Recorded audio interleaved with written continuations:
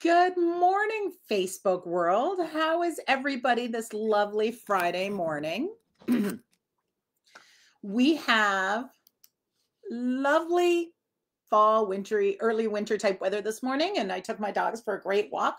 We're out in the forest for like an hour. There's nothing more I love than I go out into the forest and we walk till I get bored and we're totally lost, and then I pull out my phone and figure out the way back. There's always a little stress of, oh, I have no idea where I am. I kind of enjoy that. Um, our topic this morning is the holidays are coming. Oh my. Yeah, so good morning. Thank you for joining me on my Facebook Live this morning. For those of you who don't know me, my name is Paula Hoger. I've been a dog owner and trainer since 1995 when I got my first dog, my Akita Yukon. If you are on this call, you are also a dog trainer, trying to find out how to give your dog the information he or she needs to be the best dog they can be. I started out just like you with a great dog with lots of bad manners because I didn't have the tools I needed to give my dog information. I have spent the last 25 years learning these tools so I can share them with you. Again, thanks for joining me this morning, and I look forward to helping you achieve your best dog. And remember, your best dog is you. I always have people apologize. Oh, I let him on the furniture. I know that's bad. No, it's not. It's whatever you want. You have to create, or you have to picture the dog that will bring you joy. That's why you got the dog. So don't worry about society's rules on dogs. Worry about what you want. As I go through this live, feel free to ask questions in the comments. I will answer throughout the live. So just ask away. Good morning, Carol. Good morning, Patty. How is the puppy this morning? Still in the I love my new puppy, or oh gosh, what was I thinking stage? Okay, if you are listening to the recording, please let me know by using hashtag replay in the comments section, and please feel free to ask anything as you watch the playback, as I will regularly check back to answer questions. So for those of you on the call, say good morning, say hello. And this week I'm going to ask, do you buy your dogs presents for birthdays, for holidays, or just because they're cute? And if you do buy them presents, what do you buy them? Do you have a budget? Do you go hog wild? Let me know. Good morning, Nancy. How are you? Patty. Patty says, haha, oh my God. Yep, that's owning a puppy. You're like, I want a puppy, can't wait to have my puppy. Oh, what was I thinking? I love sleeping through the night. Excuse me. So while we give people a couple of minutes to join us, I'm going to talk about something that came up for me this week. When I'm training, I'm all about the bits, and all my students know that. I'm constantly on the little tiny details that I feel will give you what you want. For example, is your dog moving his feet when you're asking for a sit? Is your dog moving away from you as you reach for the collar? Bits, if not addressed, will lead to all sorts of mayhem. To me, it's all about foundation. You cannot build a good building without a good foundation. Same thing goes for dog training. Having a few simple skills that your dog understands well is a great place to start. Trying to teach a bunch of skills that your dog doesn't understand is going to cause a lot of frustration and anxiety for you and the dog. This goes from everything from coming when called or running an agility sequence. Good morning, Debbie. For example, your dog doesn't come when called. So first you have to decide, what does a good recall look like? You call the dog. To me, a good recall looks like you call a dog once. The dog turns immediately towards you. The dog runs at full speed towards you and stops within arm's reach. These are all the bits and pieces that make up a good recall. Now, which one of those has fallen apart if you don't have a good recall?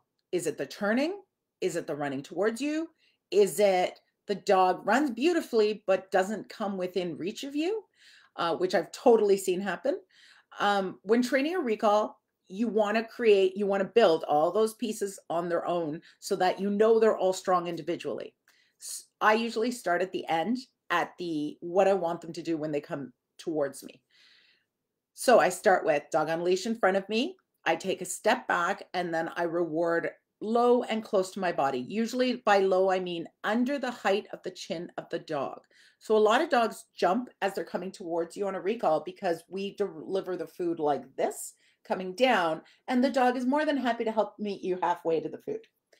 If you always deliver the food under the height of the dog's chin, so I come in, let me move this monitor a bit.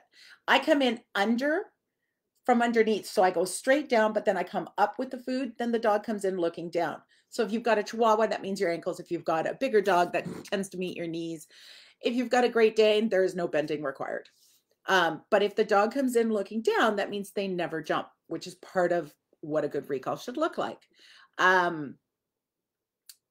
So that would be my first step. Notice I didn't say, wait for the dog to do anything on that. The first step is I step back, you come into my space, I reward.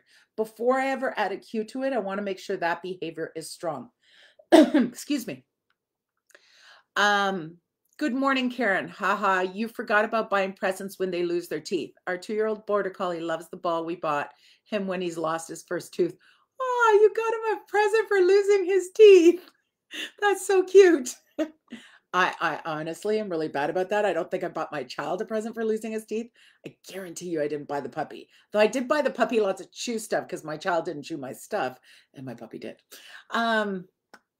Okay, so we're talking about recalls. So you're creating the behavior of I step back, you move in, you get rewarded. Excuse me, hold on.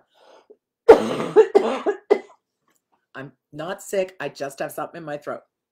I'm going to drink water.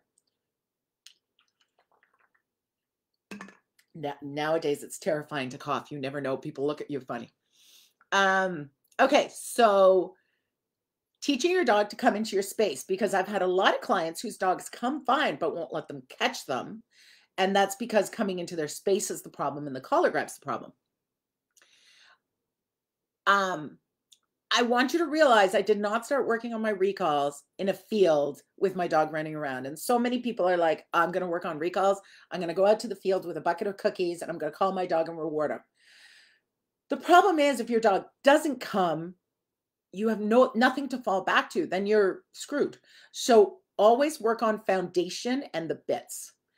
The next step I would do would be to add the cue, and then I would do restrained recalls to get the middle part. Think of it like math. First, you learn numbers, then you learn addition, then you learn multiplication, and then finally, if you're really good at all those other steps, you learn calculus. Just like working on the bits of come when called until your dog can recall off anything. And the best part of training like this is if something falls apart, there's always places to go back to. So if my dog's recall falls apart and it's the turn I'm working on, I will do that on a 6-foot leash. What if I throw a cookie? Can I call you off that? What if a person walks into the room? Can I call you off that? With the leash on, so that if he goes, I can't, you can go like, but you can't go over there. So then there's no reward for making the mistake, which happens when they're off leash. And then there's a reward for choosing to come back to you. Because this works because when you work through an identifiable framework, you can easily diagnose the problem. Does this make sense to everybody? Do you have a problem you've been trying to fix, but at the end, the problem, you're not looking at the pieces of the problem? Ask me a question if you want some help breaking down a problem so we can figure it out. Okay, back to our topic for today. The holidays are coming. Oh my. Who loves the holidays? I love the holidays. Even though this year with all the COVID restrictions, the holidays aren't going to look like they usually look. I'm still looking forward to the holidays. A few days off, spending time with family and good food, even if it's just your immediate family. And yeah, that sounds like good. There's special foods, special events, special things to do, and a lot of downtime, which is fun. So this week, I thought we should talk about making a plan to enjoy Christmas with your dog, especially if you have a young dog. Let's start with the tree. Remember my motto, management, management, management. Giving your puppy access to your Christmas tree and then getting upset when your puppy breaks your favorite ornaments does not make for good holiday cheer. One of my students used her X-Pen around their tree, which is a great idea. I used to have a friend who had a lot of knickknacks on every surface in her house. All these little, she collected border collies and sheep. And she had all these little border collies and sheep. And when she got a puppy, she would X-pen all these little tables or put barriers on all these little tables. So the puppy got a chance to see these things, but never got a chance to pick up these things. So a few months down the road, when she removed those barriers, her dog was like, yeah, this is part of life. So same thing you want to do with your Christmas tree. Instead of constantly being on the dog, or have your tree in a room with a door that closes. So my student used her X-Pen. She got to decorate the way she wanted to, and she loves Christmas, so there was a lot of decorations, but it's just not accessible to her puppy, so she doesn't have to spend her time worrying about the decorations or the puppy, because there's a lot of stuff on a tree that could actually hurt your puppy. By next year, the novelty will have worn off, and the puppy will be like, meh, it's a tree, not exciting. I will make some caution. I don't decorate with anything breakable the bottom third of my tree, because the dogs walk by and their tails hit it and they get knocked off. And I don't put anything on the last row, because I constantly spend my time picking it up. So that's just easy for me and where my tree is and my dog's walking by. Do you have changes you are going to make this year to your Christmas decorations because you have a puppy? Let me know. I want to go back to some comments. Patty, do you recommend training using name and come, or just come? So Patty, I do name games. So my recall is my dog's name. So I guess it's attention, but that actually comes move towards me.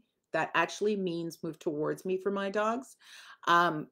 I don't actually have a recall cue like come or here. Those are words I use in agility, but they do not mean anything to my dogs outside of agility. I just use their name as their recall. Laura, we opted for a Christmas tree in the basement where our dog Maze isn't allowed. First Christmas with her, don't want to risk it. Perfect. You know what? It's just a matter of making it easy for everybody and enjoyable. So when you go down there to open your tree, your presents or whatever, you can put Maze on a leash and then everybody's happy. Nice job. Yeah, that's it. My recall work is all on name, Patty. Here's another one to think about. Have you had your dog out to see the Christmas decorations in your neighborhood? This is a great socializing opportunity. Lots of different things to look at, especially all these new blow up things everybody has that move when it's windy. Even if you've got a dog who's nervous or a young dog, I would definitely make an effort to go out and go for a walk and see what your dog does. Start during the day, because I find most dogs are more worried in the evening than they are in the dark than they are during the day. So I usually would start with a dog I'm not sure of. I'll start during the day. Watch your dog as you're approaching. Does he tense up? Does he go a little whale eye? Whale eye means when you see more of the white of their eyes, because they're like, what happens? What does your dog do? I want you to be really paying attention to your dog.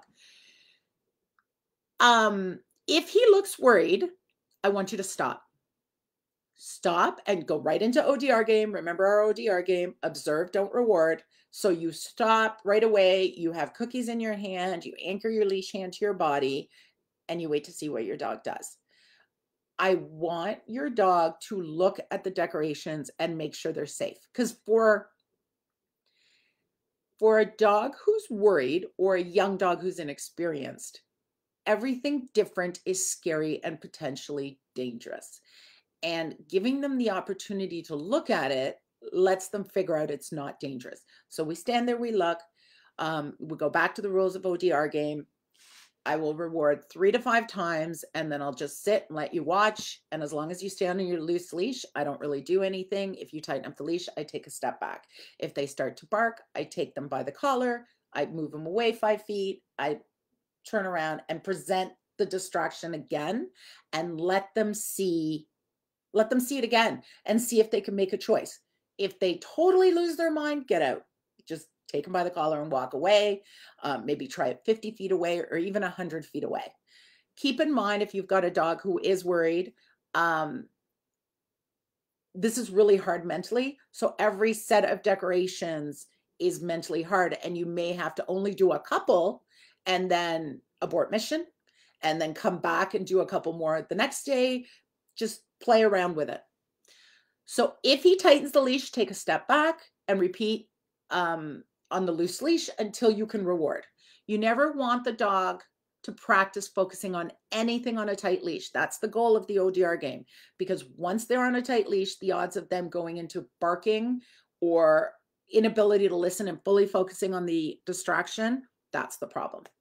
If he starts to bark, take him by the collar, walk away 5 feet, present again. Dogs give very subtle signs that they're overwhelmed. And unfortunately, we don't tend to see them until they've gone completely up the deep end. So your dog might go through 3 sets of decorations and then start to bark. And you're like, but you were fine the last 3. But your dog really wasn't fine. Your dog was worried every single time, but he got more worried because you're what's called stacking stressors, right? Okay, this set of decorations made me worried. Now this set of decorations makes me more worried. Now this set of decorations, the cup has overflowed. I've lost my mind. So I really want you to pay attention to what your dog is watching. If your dog goes meh and keeps walking, he doesn't care. If he doesn't look at it, he doesn't care. Or no, if he doesn't look at it, he doesn't care. He could avoid. If he's like, I'm not looking, I'm not looking, I'm not looking. Okay, that could be a problem. But most dogs are going to look at it, not ignore it. Patty. ODR worked beautifully with shovel lying on the deck. He now goes and licks the water off of it. It's so funny what puppies can be scared of. And every time, it doesn't matter if it's just the shovel on the deck, every time they overcome a fear, they have better tools the next time they see something that's scared. Everybody or most people have met puppies that are scared of, or adult dogs that are scared of weird things like brooms or the garbage bag or stuff like that, that you're like, I don't get it. So every time you overcome those fears, that's a great thing. So your goal is you stand there and then your dog can, hold on, I lost my spot. Your dog looks at the distraction and then goes, okay, I'm good. What would you like? And looks back at you. Then you can start asking for skills. Remember, start super easy, sits, comes, collar grabs, and then you can go, okay, now can you heel? This is exactly the same thing I would do with a dog barking in a yard. The ODR game's always the same. What changes is the environment you're exposing your dog to. Okay, let me pause here. Laura, does this apply to social anxiety too? Like sees one dog, they're okay, another less okay, and that yes, this applies for anything. When a dog is worried, every stressor stacks. So picture you're walking down a dark street in an unfamiliar neighborhood and you hear something and it makes you a little stressed. Like it stresses you out a bit, but you're like, I'm okay, I'm okay, I'm okay. And then you hear a big bang and now you're like, oh, by the last bang, you really start to panic. I don't know if that was a great analogy, but I hope it makes sense. Yes, stressors always stack because they don't have an opportunity to bleed them off. I posted a video a while back. My husband put his archery target, which is like 10 by 10 covered in a blue tarp. So it's a big archery target in my front yard. And I knew my dog was going to react. She went up, she sniffed it and from about 5 feet out, and then she ran around the yard for a few minutes. So that was her bleeding off that stress. And then she came back and sniffed it a little closer, ran around the yard for a few minutes. And then at the end, she went and jumped on it and smelled it all over. She had the ability to bleed off that stress by running around. But when they're on leash, they don't. So the stressors are stacking. So yeah, and you could bleed off the stress by, if you could engage your dog in a game of tug or do a restrained recall or chase you, you could probably bleed off that stress, but it would be challenging. So my dog is in a horror movie. Yes. So my dog is in a horror movie in their mind, music intensifying. The analogy works. It's a good visual. Oh my, I love that. I will totally use that. Yes, your dog is in a horror movie with that music. Yes, that's exactly what your dog is. Yeah, perfect. Thank you, Laura. That was great. Hopefully you will get an opportunity to have people over this year. Depends where you live, depends who your family is. I have some clients that are isolating for 2 weeks so they can all get together over Christmas and not worry about it, which I think is wonderful. I am lucky enough to host Christmas every year for my extended family. This year will be much smaller, but there will still be people in my house for an extended period of time. With a young or new dog in the house or a dog you're retraining, any of this goes for all of those. Um, the way to make this work is to have a great plan. Because these people are in my house, I have a lot of responsibilities.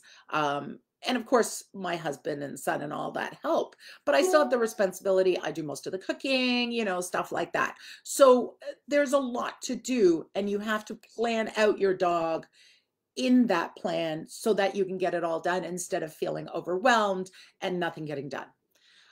I start with having the dogs well exercised. Before my company arrives, I make sure the dogs have a good run. I am a true believer in tired dogs are good dogs. Whenever I'm at family events or non-dog stuff, group stuff, my first thing, like when we go camping, I get up as early. I'm the first person up so I can take my dogs for a run before we start doing the family stuff or the camping stuff. I always try to get the dogs a good run before anything else happens. That way they are better able to set up to handle anything. So I start with the dogs having well-exercised dogs before my company arrives. I make sure the dogs have had a good run.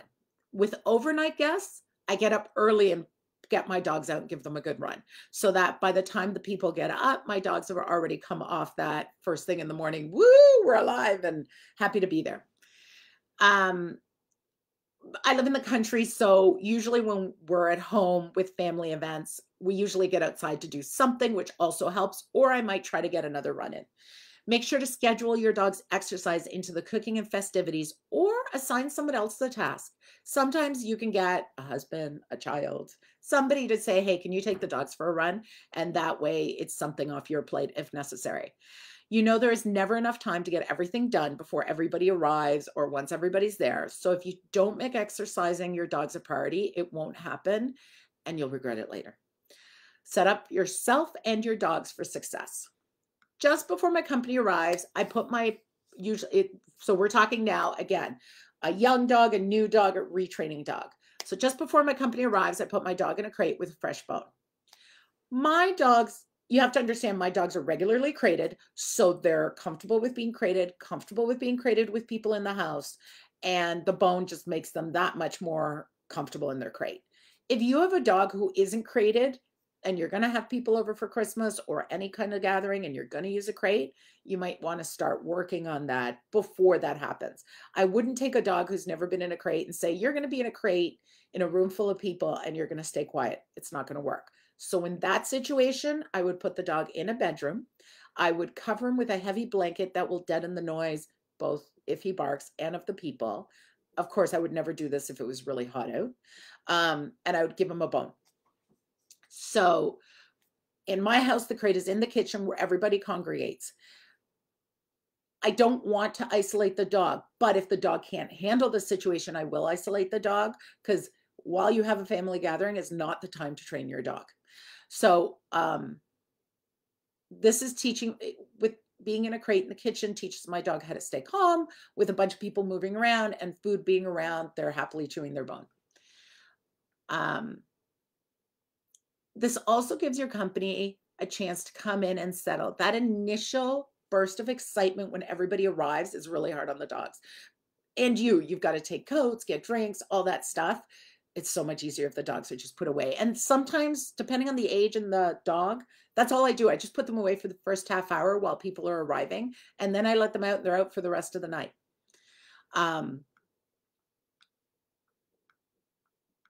So a dog that can't handle this would be barking. But sometimes, that one's easy to see. But sometimes if you look in their crate, they're panting.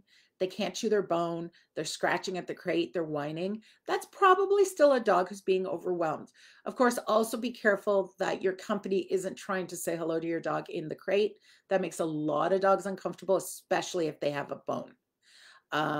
So just always be aware, always keep one eye on the dog, or give that job to somebody else that you trust. But and if you have a dog who's going to bark and you find it's better that you're going to put them away, put them far enough away that your company can't hear you bark, because there's nothing more that will make you crazier, then not only do you have a barking dog, which is already making you crazy, now you have company going, oh, it's okay, just let him out. It's okay, just let him out. You know it's a bad idea, but sooner or later you let them out just to make your company shut up. So really work on, even put them at a friend's house, put them in the garage, just come up with a new plan.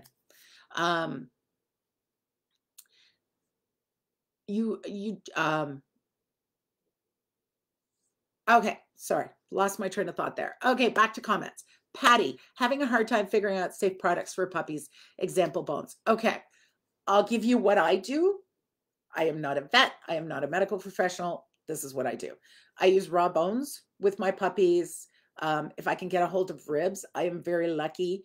There's a person who does moose. He cleans up the moose. So I get moose ribs when the bones come in and save them for puppies. If I'm going to have a puppy that year, I get ribs. My adult dogs don't get ribs because they'll break them, but they're perfect for puppies.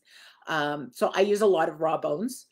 I use high-end rawhides, which are dehydrated body parts, bully sticks, Achilles. Now you can get like kangaroo feet or chicken feet were a huge hit with Wicca. Anything like that, I'll use stuff like that. That's what I use with my puppies. Okay. Once my dogs are in a crate, after a couple hours, I take them out for a pee, and then I'll start working on greeting my company. I would bring her in on leash, and I'm going to practice this with Wicca, but the family that's coming this year, because again, it's not extended family, it's family she's seen multiple times, and we've already done this.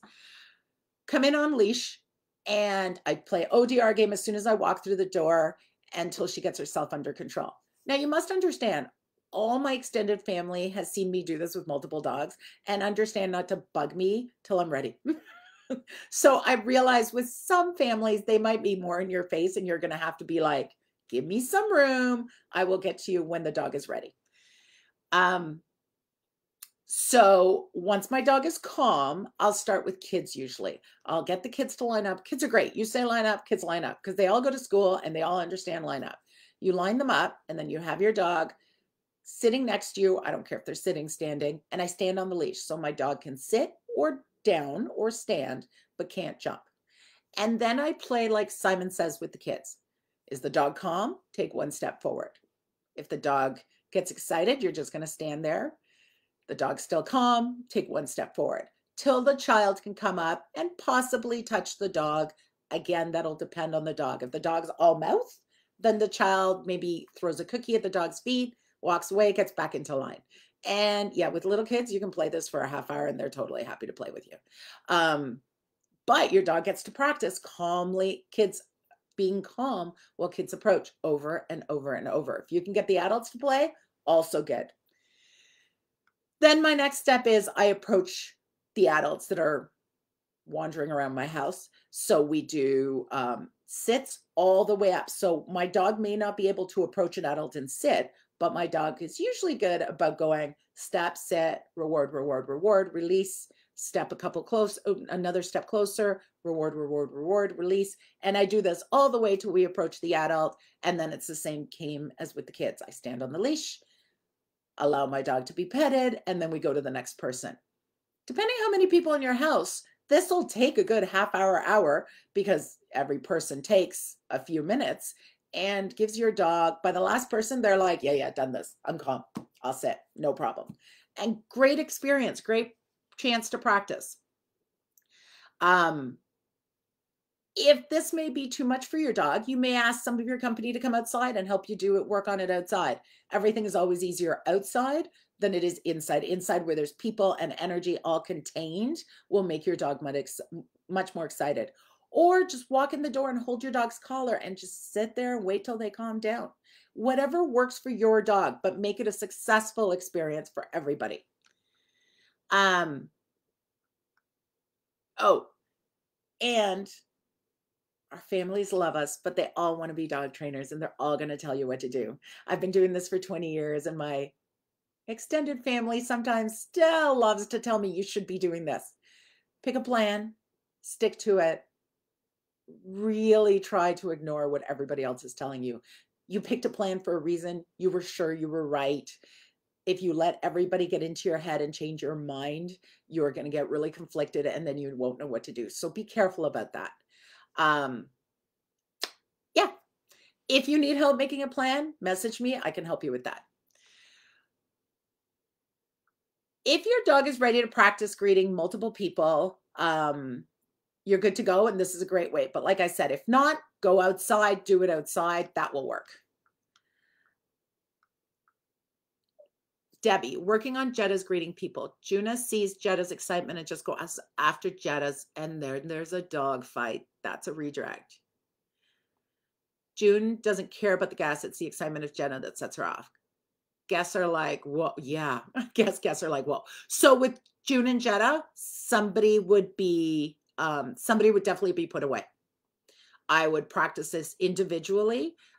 If so, I would give June the opportunity to be with the guests and without Jetta and see if June, is June a boy or a girl? But see if June actually does care about the guests, but is so occupied with Jetta that June can't see the guests, or is June really just doesn't care? Then I would work on Jetta separately. Yeah. That's a tough one. So yeah, I would totally work on them separately as a guest episode. And then I would probably work on June being able to see you work with Jetta on a regular basis. So work on sits and downs, maybe with June in a crate, June getting rewarded for being in a crate, then switch them up. So June doesn't get overexcited and redirect to Jetta. Yeah, try that. Let me know. Hey, Allie. Okay. Okay. Whenever there's food, I put away all the dogs. This happens for a number of reasons. If little kids are eating, there's food everywhere. I have a nephew who spreads food like a mist. And the dogs quickly learn to hover near the kids. And I don't want that. Little kids have food stuck to them, food everywhere. And A, I don't want it because sooner or later they start stealing food from kids. And B, it makes non-dog people super nervous. So yeah, when kids have food, the dogs are put away. Some people, especially close to family, like to feed dogs under the table when you're not paying attention. So then my dogs, always keep in mind, dogs beg because it's being rewarded, right? I would rather manage than take the chance that my dogs get bad habits. And usually I'm busy serving dinner, so I'm not really supervising and nobody else is really paying that much attention. One of my dogs would hang out under the table. It started with he would lie down under the table, which was perfect. Then I realized when he was under the table, he would poke his head up on people's laps and they would feed him. Some of the people would feed him. And this was getting worse and worse. So yeah, no more dogs out when I have company for dinner. My dogs get put away. One sits on the couch, one goes into a crate. And now if I am somewhere and I have to let them loose, they're pretty good about going and finding positions somewhere else. I will reward my dogs for the one on the couch, the one in the crate. I just won't reward them for hovering near the table. So begging is just what you've rewarded. So he understands when we eat, if he wants food, he sits on the couch. That is begging-ish, but it's polite begging. So it works for me. Debbie, both girls, and June doesn't care if someone came in. She's a nervous girly. Oh.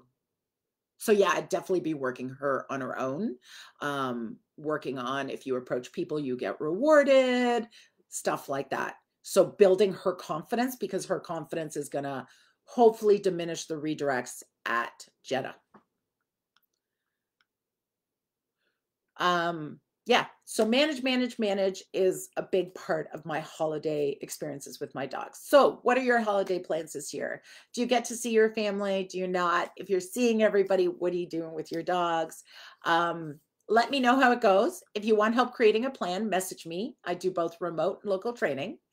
Next week topics, which was supposed to be this week's topics, but I got distracted by Christmas, is going to be triggers and how to use them to control state, which is state would be like Debbie with June, her state is nervous and the redirect, that's a state issue. So if we can change your state, she'll stop redirecting to Jetta. See you next Friday, December 18th. It will probably be our last one before Christmas. I want everybody to have a wonderful weekend. Any questions, I'll stick around for a few minutes. If not, I will see you all next week. Thank you so much for watching. Oh, thank you, Debbie. Let me know how it goes.